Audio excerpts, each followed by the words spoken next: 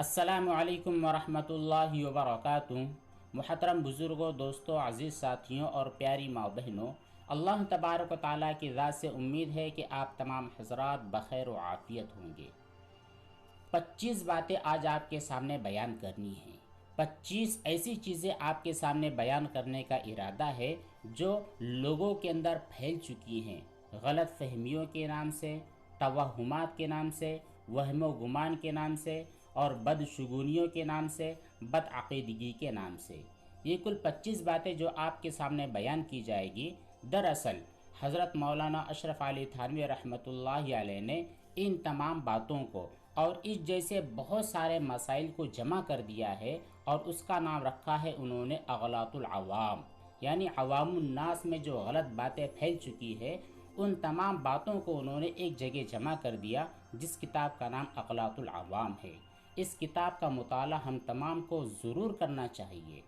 بہرحال حضرت والا کی اسی کتاب میں سے کل 25 باتیں آپ کے سامنے بیان کی جائے گی، اس امید کے ساتھ، اس یقین کے ساتھ کہ انشاءاللہ یہ تمام باتیں ہماری زندگی کو سدھارنے کے لیے، ہمارے عقائد کو درست اور بہتر بنانے کے لیے اور طرح طرح کی جو بدگمانیاں اور غلط فہمیاں ہمارے ذہنوں میں فٹ ہو چکی ہے، ان تمام چیزوں کو ہٹانے کے لیے ایک سنگ میل کی حیثیت رکھے گی انشاءاللہ۔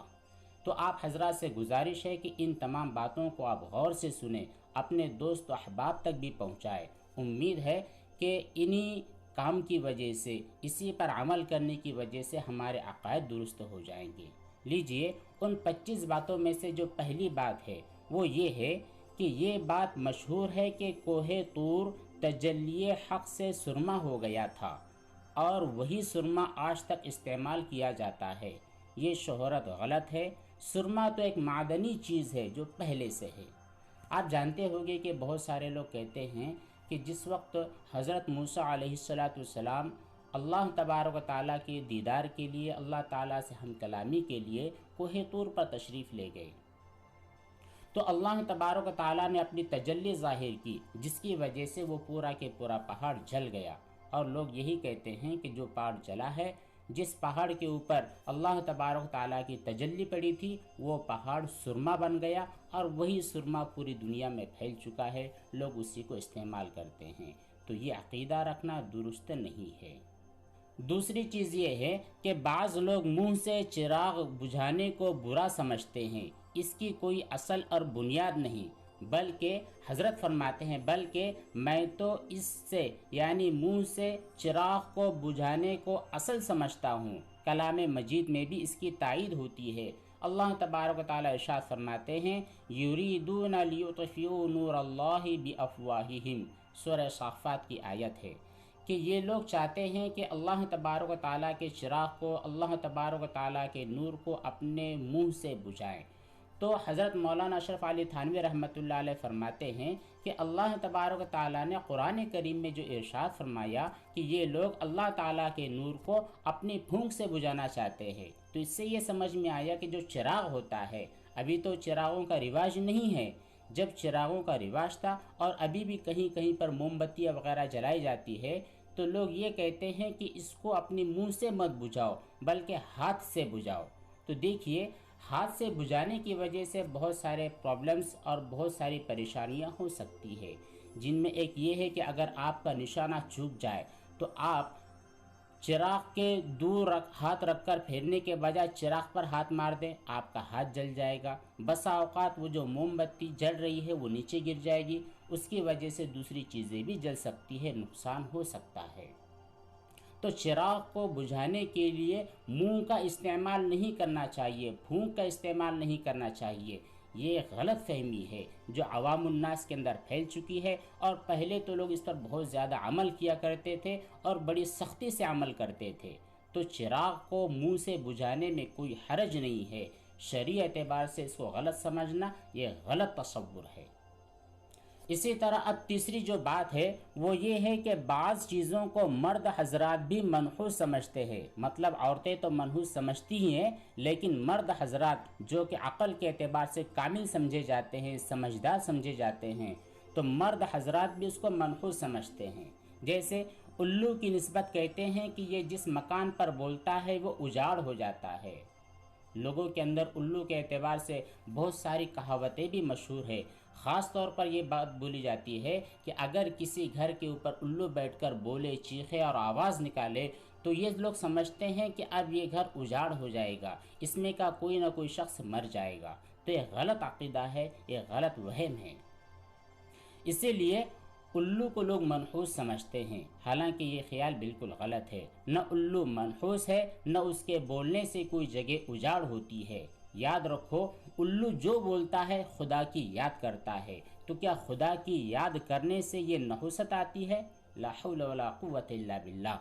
ہاں، یہ ضرور ہے کہ الو ایسی جگہ تلاش کرتا ہے جہاں تنہائی ہو، اس کو اندیشہ نہ رہے، اس لیے وہ ویرانوں میں یعنی اجڑی ہوئی جگہوں میں بیٹھتا ہے۔ اب یہ دیکھیے کہ وہ اجڑی ہوئی جگہ کس وجہ سے اجاڑ ہوئی۔ الو تو اجاڑ ہونے کے بعد ہی آیا ہے۔ لوگ کہتے ہیں کہ الو کے بولنے کی وجہ سے اجاڑ ہوتا ہے، لیکن الو ایسی جگہوں پر جاتا ہے جو خود پہلے سے اجڑی ہوئی ہو۔ تو ہم الو کو یہ نحوست دے، الو کو یہ طعنہ دے کہ تیری وجہ سے فلاں جگہ منحوس ہو چکی ہے، اجاڑ ہو چکی ہے، تو یہ صحیح نہیں ہے۔ تو ہمیں یہ دیکھنا چاہیے کہ الو ایسی جگہ جاتا ہے اور ایسی جگہ چیختا ہے جو پہلے سے اجاڑ ہو، تو ہمیں دیکھنا یہ ہے کہ وہ جگہ اجاڑ کیوں ہوئی؟ ہمارے گناہوں کی وجہ سے، ہماری اللہ تبارک و تعالیٰ کی نافرمانیوں کی وجہ سے۔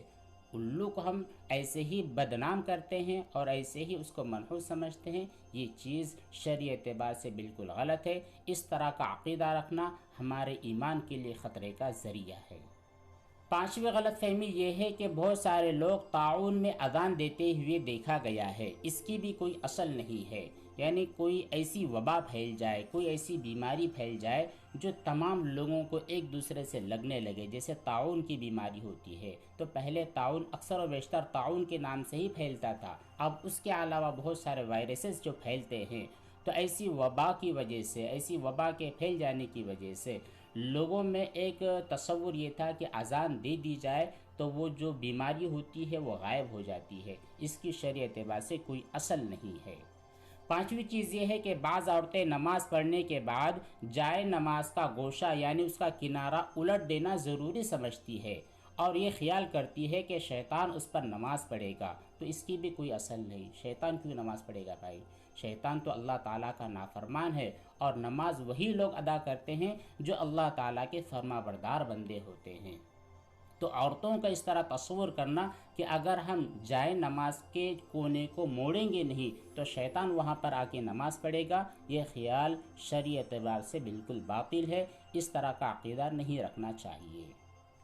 اب چھٹی جو چیز ہے وہ یہ ہے کہ مردوں کی روح کے دنیا میں آنے کا خیال غلط ہے، کیونکہ جو نیک ہے وہ دنیا میں آنا نہیں چاہتے، اور جو بد ہے، برے ہے، انہیں دنیا میں آنے کی اجازت نہیں ملے گی۔ تو بہت سارے لوگوں میں جو خیال پھیلا ہے کہ جمعہ کے دن روحیں آتی ہے، جمعرات کے دن روحیں آتی ہیں، گھر کے کونے میں کھڑی ہو جاتی ہیں اور یہ دیکھتی ہے کہ میرے گھر والے مجھ کو یاد کرتے ہیں یا نہیں، کون مجھ کو اپنی دعاؤں کا تحفہ دے رہا ہے، کون لوگ ہیں جو مجھے درود شریف کا تحفہ دے رہے ہیں۔ تو یہ خیال بالکل غلط ہے۔ روحیں مرنے کے بعد دنیا میں ہرگز نہیں آتی۔ اب اس کے بعد ساتواں عقیدہ یہ ہے کہ ہر جمعرات کی شام کو مردوں کی روحیں اپنے گھروں میں آتی ہے اور ایک کونے میں کھڑے ہو کر دیکھتی ہے کہ ہم کو کون ثواب بخشتا ہے، اور کچھ ثواب ملے گا تو خیر، ورنہ مایوس ہو کر لوٹ جاتی ہے۔ یہ خیال بالکل غلط ہے دوستو، اس طرح کا عقیدہ نہیں رکھنا چاہیے۔ اس کے بعد اگلی چیز یہ ہے کہ بعض لوگ اذان دینے والے کے سامنے سے یا دعا مانگنے والے کے سامنے سے جانا یا گزرنا جائز نہیں سمجھتے ہیں، اس کی بھی کوئی اصل نہیں ہے۔ کوئی شخص اگر نماز پڑھ رہا ہے تو نمازی کے سامنے سے گزرنا گناہ ہے۔ البتہ کوئی شخص دعا کر رہا ہے، ذکر کر رہا ہے، قرآن کریم کی تلاوت کر رہا ہے اور آپ کو اس کے سامنے سے گزرنا ضروری ہو تو بالکل گزر سکتے ہیں، اس میں شرعی اعتبار سے کوئی رکاوٹ نہیں ہے۔ اب اگلی نمبر 9 والی چیز یہ ہے کہ بعض لوگ اذان یا تکبیر پڑھنے کا شوق رکھتے ہیں مگر کسی جاننے والے یعنی عالم کو سنا کر صحیح نہیں کرتے، یوں ہی غلط سلط پڑھتے رہتے ہیں۔ یہ جائز نہیں ہے، صحیح کر لینا بہتر ہے۔ بہت سارے لوگوں کو اذان کا شوق ہے، ماشاءاللہ۔ اللہ تبارک و تعالی ہمارے ہر نوجوان کو مؤذن بنائے، ہر نوجوان کو اذان کہنے والا بنائے، اقامت کہنے والا بنائے۔ لوگ اس سے بہت زیادہ کوسوں دور ہو رہے ہیں۔ تو بہت سارے لوگ تو ایسے ہوتے ہیں جو اذان کا شوق رکھتے ہیں لیکن ان کی عمریں 40 سال 50 سال ہو چکی ہیں اور ویسے غلط الفاظ کے اندر اذان اور اقامتیں کہتے ہیں، پوری زندگی ختم ہو رہی ہے لیکن وہ اذان کے جملے صحیح نہیں کر رہے ہیں، اقامت کے جملے صحیح نہیں کر رہے ہیں، تو یہ غلط چیز ہے۔ تو جن لوگوں کو شوق ہو وہ بھی اور جنہیں شوق نہیں ہے وہ بھی، ان تمام لوگوں کے لیے ضروری ہے کہ اپنے اپنے علاقے کے علماء کرام سے رابطہ قائم کرے، ان کے پاس بیٹھے اپنی اذان درست کرے، اپنی اقامتیں درست کرے۔ اسی طرح قرآن کریم اگر وہ جانتے نہیں ہیں تو قرآن کریم صحیح کروا لے۔ اس کے بعد 10ویں نمبر پر جو چیز آتی ہے وہ یہ ہے کہ مشہور ہے کہ اندھیرے میں نماز پڑھنا ناجائز ہے، یہ بھی غلط چیز ہے۔ البتہ اتنا اجالا ہونا ضروری ہے، اتنا بھی اندھیرا نہیں ہونا چاہیے کہ آپ قبلہ رخ بالکل ہٹ جائے، سامنے قبلہ ہے، ایسٹ میں ہے اور آپ نارتھ میں رخ کر کے کھڑے ہو گئے۔ اتنا اگر اندھیرا ہے تو ظاہر بات ہے اتنے اندھیرے میں آپ نماز نہیں پڑھ سکتے، کم از کم قبلہ رخ متعین ہونا ضروری ہے۔ لیکن یہ سمجھ لینا کہ اندھیرے میں آپ کی نماز ہی نہیں ہوگی تو یہ خیال بالکل غلط ہے۔ چاہے روشنی ہو چاہے اندھیرا ہو، دونوں جگہ آپ نمازیں ادا کر سکتے ہیں۔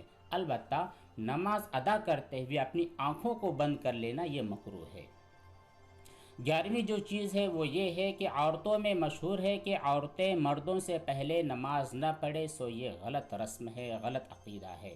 اس کے بارے میں پہلے بھی ہم ایک ویڈیو تفصیلی طور پر بنا چکے ہیں کہ عورتیں مردوں سے پہلے نماز ہی نہیں پڑھتی۔ جمعہ کا دن ہے، جس وقت تک مرد حضرات جمعہ نہیں پڑھ لیتے اس وقت تک عورتیں اپنے گھروں میں ظہر نہیں پڑھتی ہے، عشاء کی نمازیں نہیں پڑھتی ہے وغیرہ۔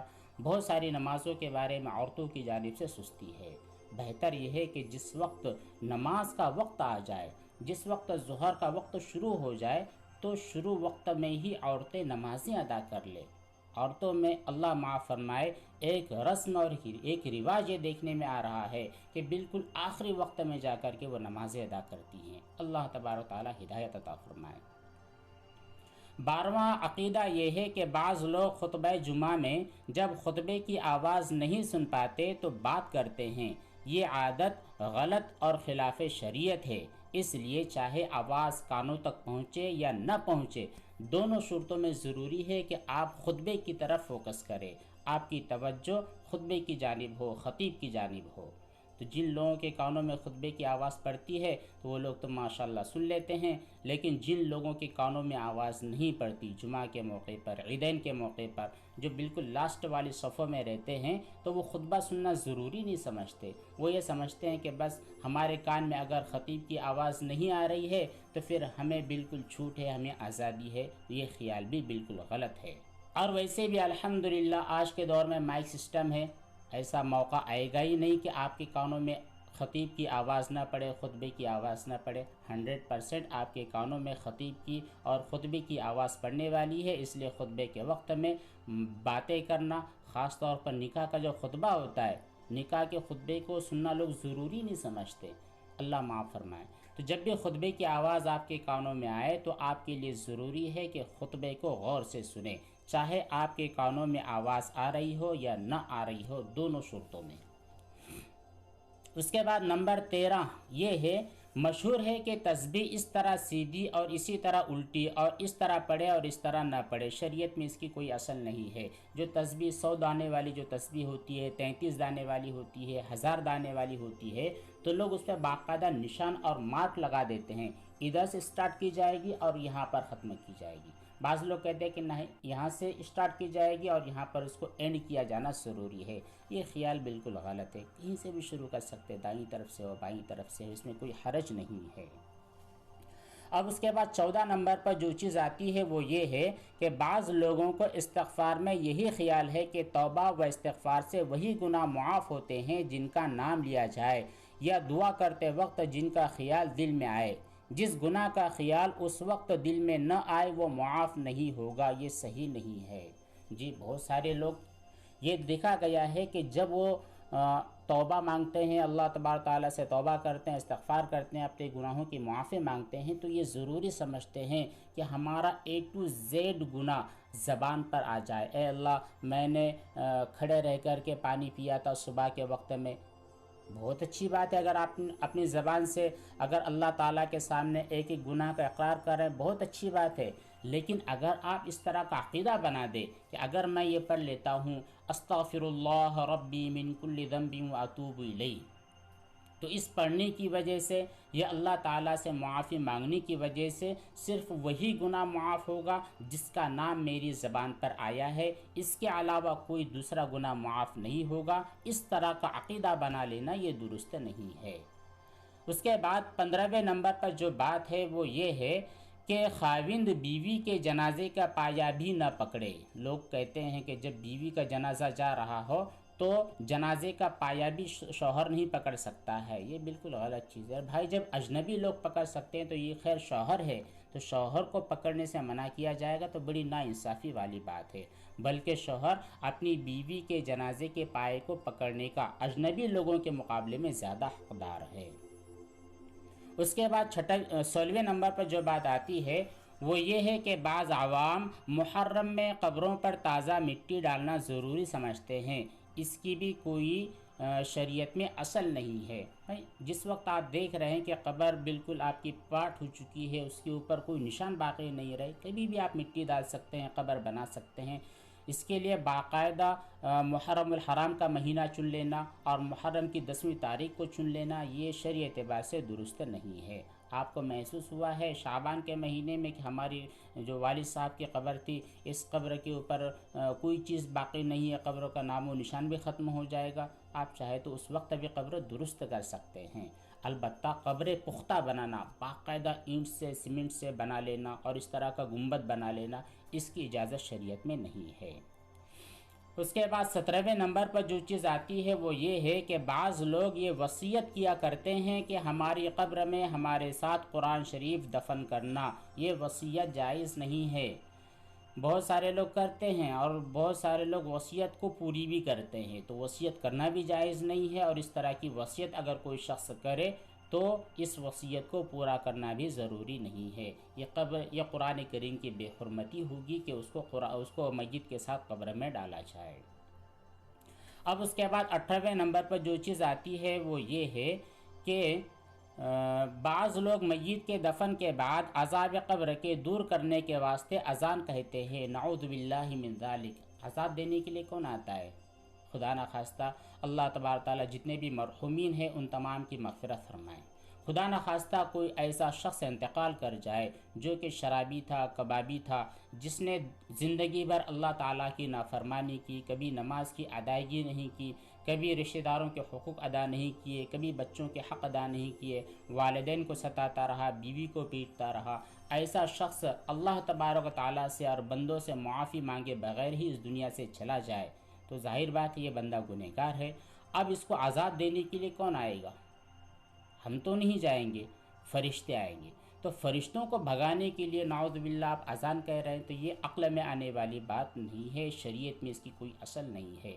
ہاں اگر کوئی شخص گنہگار ہے، بد ہے یا پھر نیک ہے، آپ اس کے لیے ایصال ثواب کا اہتمام کر سکتے ہیں، لیکن قبر پر کھڑے رہ کر آپ اس لیے اذان دے رہے ہیں کہ جو فرشتہ عذاب کا کوڑا لے کر آئے گا آپ اس کو اذان کے ذریعے بھگا دو گے، تو یہ عقل میں آنے والی بات نہیں ہے۔ اب اس کے بعد 19ویں نمبر پر جو بات آتی ہے وہ یہ ہے کہ اکثر عوام داڑھی رکھنا ضروری نہیں سمجھتے۔ اکثر عوام، جوان کیا بوڑھا کیا، جس کے پیر قبر میں لٹک چکے ہیں وہ آدمی بھی داڑھی رکھنا ضروری نہیں سمجھتا۔ یا بعض لوگ داڑھی تو رکھ لیتے ہیں، بالکل خشخشی داڑھی، برائے نام داڑھی رکھ لیتے ہیں، یہ سراسر گناہ والا کام ہے، شریعت کے خلاف ہے۔ داڑھی رکھنا ضروری ہے، شرعاً واجب ہے۔ تو کوئی آدمی اگر داڑھی رکھتا نہیں ہے اس کو حقارت بھری نظروں سے دیکھ کر کیا ہے داڑھی، شرم والی چیز ہے۔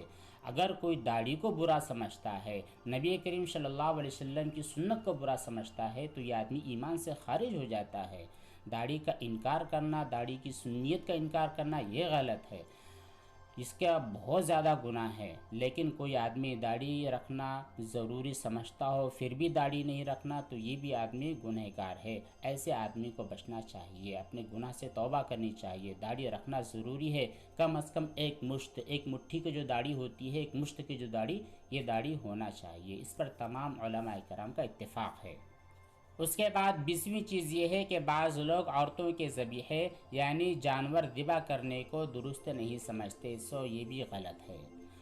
لوگ یہ سمجھتے ہیں کہ کسی جانور کو، کسی بکرے کو یا کسی مرغی کو عورت نے ذبح کر دیا ہے تو اس کا کھانا حلال نہیں ہے۔ کیوں نہیں بھائی؟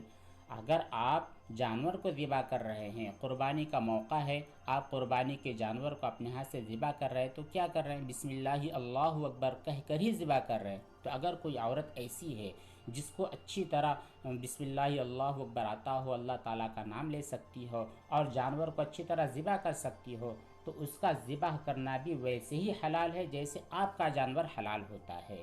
تو اگر کسی شخص کا یہ عقیدہ ہو کہ عورتوں کا ذبیحہ حلال نہیں ہوتا، یہ خیال غلط ہے۔ اس کے بعد 21ویں نمبر پر جو چیز آتی ہے وہ یہ ہے کہ بعض لوگوں کو دیکھا گیا ہے کہ عمامہ باندھنے کے لیے بیٹھ جاتے ہیں، بعض لوگ بیٹھے اگر ہو تو کھڑے ہو جاتے ہیں۔ عمامہ جو ہوتا ہے، سر پر جو پگڑی ہوتی ہے، یہ عمامہ باندھنا سنت ہے، لیکن بہت سارے لوگ عمامہ باندھنے کے لیے یہ ضروری سمجھتے ہیں کہ ہم بیٹھ جائیں، باقاعدہ قاعدے کی حالت میں بیٹھ جائیں، اس وقت باندھیں۔ اس طرح کی چیز ضروری سمجھنا یہ درست نہیں ہے۔ کھڑے رہنا ضروری نہیں ہے، بیٹھنا ضروری نہیں ہے، آپ کو جیسے سہولت ہو ویسے آپ عمامہ باندھ سکتے ہیں۔ اس کے بعد 22ویں نمبر پر جو چیز آتی ہے وہ یہ ہے کہ بعض لوگ کہتے ہیں کہ فلاں جانور کے بولنے سے موت پھیلتی ہے، یہ غلط ہے۔ کسی کے بولنے سے موت نہیں پھیلتی، موت اللہ تبارک و تعالیٰ کے دینے کی وجہ سے آتی ہے۔ کوئی جانور بولے وغیرہ اس سے کچھ ہونے والا نہیں ہے۔ 23ویں نمبر پر جو چیز ہے وہ یہ ہے کہ مشہور ہے کہ 14ویں صدی کے بعد کا کوئی بیان نہیں آیا، اس کی کوئی اصل نہیں، روایت میں کسی صدی کی کوئی تخصیص نہیں ہے۔ یہ ان لوگوں کی تردید ہے جو یہ کہتے ہیں کہ احادیث میں 14ویں صدی تک کا ذکر ہے، اس کے بعد کوئی تذکرہ نہیں ملتا۔ بہت سارے لوگوں کو آپ نے سنا ہوگا کہ احادیث مبارکہ میں جتنی باتیں بیان کی گئی ہے وہ 14ویں صدی تک آنے والے واقعات کے بارے میں ہے، اس کے بعد میں کیا ہونے والا ہے اس کا کوئی تذکرہ حدیث مبارکہ میں نہیں ملتا۔ اس طرح کا خیال غلط ہے۔ 24ویں نمبر پر جو غلط فہمی بیان کی جا رہی ہے وہ یہ ہے کہ گالی دینے سے 40 روز تک ایمان سے آدمی دور ہو جاتا ہے، اگر اس مدت میں مر جائے تو بے ایمان مرتا ہے، یہ خیال غلط ہے۔ ہاں، گالی دینا بالکل گناہ والی بات ہے، یہ الگ چیز ہے، لیکن اگر کوئی شخص گالی دے دیتا ہے تو 40 دن تک اس کا ایمان سے کوئی تعلق نہیں ہوتا۔ اس مدت میں اگر وہ بغیر توبہ کے مر جاتا ہے تو وہ بے ایمان مرتا ہے، کافر ہو کر مرتا ہے، تو اس طرح کا عقیدہ رکھنا یہ درست نہیں ہے۔ ہاں، گالی دینا آپ ترک کر دے، کسی کو برا بھلا کہنا ترک کر دے۔ نبی کریم صلی اللہ علیہ وسلم نے تو کسی کو برے نام سے یاد کرنے سے بھی منع فرمایا ہے، چہ جائے کہ آپ گالی دیں۔ گالی دینا یہ بہت برا کام ہے، بہت گناہ والی بات ہے۔ اس کے بعد 25ویں نمبر پر جو بات آپ کے سامنے بیان کی جا رہی ہے وہ یہ ہے کہ عام طور سے خیال ہے کہ جو چیز اپنے اختیار سے خارج ہوتی ہے وہاں تو مجبور ہو کر دعا کرتے ہیں، ورنہ تدبیر پر اعتماد ہوتا ہے، یہ درست نہیں ہے، بلکہ امور اختیاریہ میں بھی دعا کی سخت ضرورت ہے۔ بہت سارے لوگ یہ کہتے ہیں کہ جو چیز اپنے اختیار میں ہے وہ آدمی خود کر لے، اس میں دعا کرنے کی ضرورت نہیں ہے۔ مطلب یہ ہے سیدھی بات کہ ایک قدم اٹھانا آدمی کے اختیار میں ہے، ایک ساتھ دونوں قدم اٹھانا آدمی کے اختیار میں نہیں۔ تو مطلب یہ ہے کہ پہلا قدم جب آپ اٹھا رہے ہو تو یہ آپ کے اختیار میں ہے، اس وقت اللہ تعالیٰ کو یاد کرنے کی ضرورت نہیں ہے، یہ خیال غلط ہے۔ جو چیز آپ کے اختیار میں ہے وہاں پر بھی آپ اللہ تعالیٰ سے دعا کرتے رہیں، جو چیز آپ کے اختیار میں نہیں ہے وہاں پر بھی دعائیں کرتے رہیں۔ مطلب یہ ہے کہ آپ آفس میں بیٹھے ہوئے ہیں اور آپ کا لیپ ٹاپ چل رہا ہے، آپ کاروبار میں بزنس میں بزی ہیں، یہ سب آپ کے اختیار میں ہے، لیکن یہاں پر بھی آپ اللہ تعالیٰ کی یاد کو ضروری سمجھیں، اللہ سے دعا کرتے رہیں، اللہ تعالیٰ میں جو کام کر رہا ہوں اس کو میرے لیے آسان بنا دے۔ تو خیر، امور اختیاریہ اور امور غیر اختیاریہ دونوں صورتوں میں اللہ تبارک و تعالیٰ سے دعاؤں کا اہتمام کرنا ضروری ہے، صرف اپنی تدبیر پر یقین رکھنا یہ صحیح نہیں ہے۔ تو یہ کل 25 باتیں تھیں جو آپ کے سامنے بیان کی گئی، اور یہ ایسی غلط فہمیاں تھیں جو عوام الناس میں بہت زیادہ مشہور ہے۔ اسی میں ایک چیز یہ ہے کہ بعض لوگ یہ کہتے ہیں کہ کوا اگر بولتا ہے تو سمجھ میں آتا ہے کہ مہمان آنے والا ہے۔ دیکھیے، کوے کے بارے میں ایک کہاوت مشہور ہے، بلکہ جو شعراء کرام تھے ان شعراء نے کوے کو بہت زیادہ اپنے اشعار میں استعمال کیا ہے۔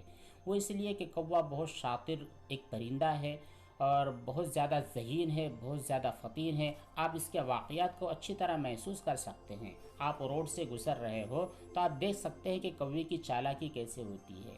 ایک بچے کے بارے میں دیکھا گیا کہ وہ کوئی چیز ہاتھ میں لیے کھا رہا تھا، راستے سے گزرتے ہوئے اپنے ہاتھ میں لے کر کوئی چیز کھا رہا تھا، ایک کونے میں بیٹھ گیا۔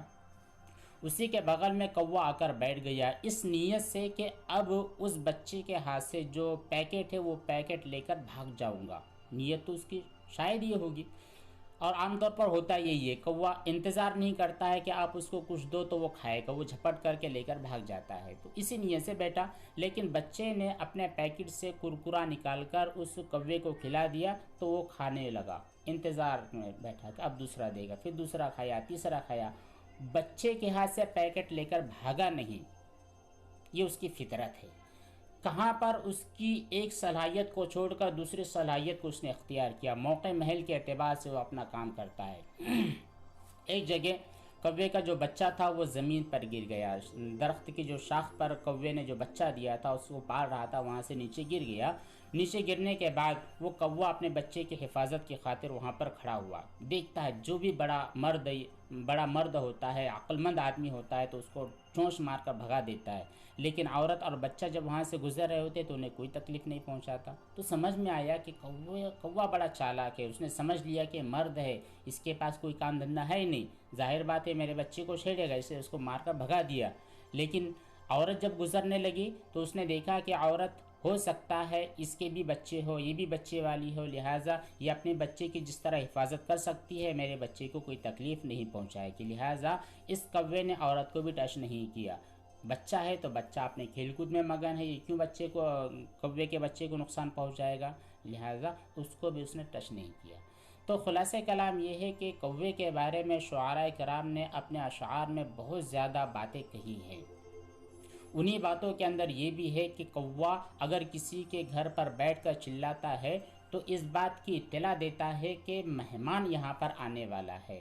تو یہ ایک کہاوتیں ہیں، اس کو شریعت سے نہ جوڑا جائے، یہ بے خیالی ہے، اس کو حقیقت ماننا اور شریعت و سنت سے ثابت شدہ باتیں ماننا یہ سب غلط ہے۔ امید ہے کہ جتنی باتیں آپ کے سامنے بیان کی گئی ہیں یہ ہمارے عقائد کو، ہمارے ایمان کو بچانے والی ثابت ہوگی۔ اللہ تبارک و تعالی ہم تمام کو عمل صالح کی توفیق عطا فرمائے۔ انشاءاللہ اس کے بعد اور بھی جو چیزیں بچی ہیں، غلط فہمیوں پر، توہمات پر جو مبنی چیزیں ہیں، بدشگونیوں کے نام سے پھیلی ہوئی چیزیں ہیں، انشاءاللہ اس کو بھی آپ کے سامنے بیان کیا جائے گا۔